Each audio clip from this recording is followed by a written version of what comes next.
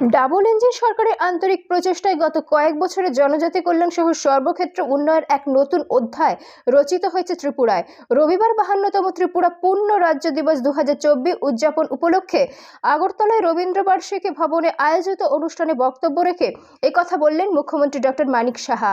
মুখ্যমন্ত্রী বলেন, বিকশিত ত্রিপুরা নির্মাণ ও সমাজের অন্তরীণ ব্যক্তি পর্যন্ত সুশাসন পৌঁছে দেবার সংকল্প নিয়ে প্রধানমন্ত্রী নরেন্দ্র মোদীর নির্দেশিত পথে এগিয়ে চলেছে রাজ্য এবং যে দুর্নীতিমুক্ত সুশাসন দেশবাসীকে প্রধানমন্ত্রী দিয়েছেন, সেই মার্গদর্শনে ত্রিপুরাও দুর্নীতিমুক্ত সরকার পরিচালনা করছে বলে জানান মুখ্যমন্ত্রী।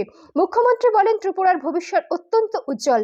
রাজ্যে বিজেপি সরকার প্রতিষ্ঠিত হওয়ার আগে ত্রিপুরাবাসীকে হীরা দেওয়ার প্রতিশ্রুতি দিয়েছিলেন প্রধানমন্ত্রী নরেন্দ্র মোদী। সেই প্রতিশ্রুতি তিনি সরকার গঠন হবার পর বাস্তবায়ন করে দেখিয়েছেন। এই সুফলের উদাহরণস্বরূপ মুখ্যমন্ত্রী বলেন, সাবরুম পর্যন্ত রেল এগিয়েছে, এর জন্য কাউকে আন্দোলন করতে হয়নি। প্রধানমন্ত্রীজি চৌকিদার, অর্থাৎ কোনো জায়গার মধ্যে কোনো রকম করাপশনের কোনো স্থান নেই। আমরাও সেই দিশায় চলছি। উনি বিভিন্ন সময়ে যে কথাগুলো বলেন যে হর ঘর তিরঙ্গা, আরে এ তো আমাকে আমরাও এই ন্যাশনাল ফ্ল্যাগ আমরা উত্তোলন করেছি, কিন্তু যখন উনি নারা দিয়েছেন যে হর ঘর তিরঙ্গা, আমরাও আমাদের ত্রিপুরাতে মানে আমাদের 8.5 হাউস হোল্ড আছে, তারপরেও দেখা গেছে আমাদের যে বিভিন্ন সাইজের আমরা যে ফ্ল্যাগ বানালাম শর্ট হয়ে গেল, বাইরের থেকে আমাদের আনতে হয়েছে। এই যে একটা বিষয় কি, যে বিনা পয়সায় দেবে না সরকার, বিনা পয়সায় দেবে না, you have to buy itself, পয়সা দিয়ে কিনতে হবে, ছোট বড় যাই হোক।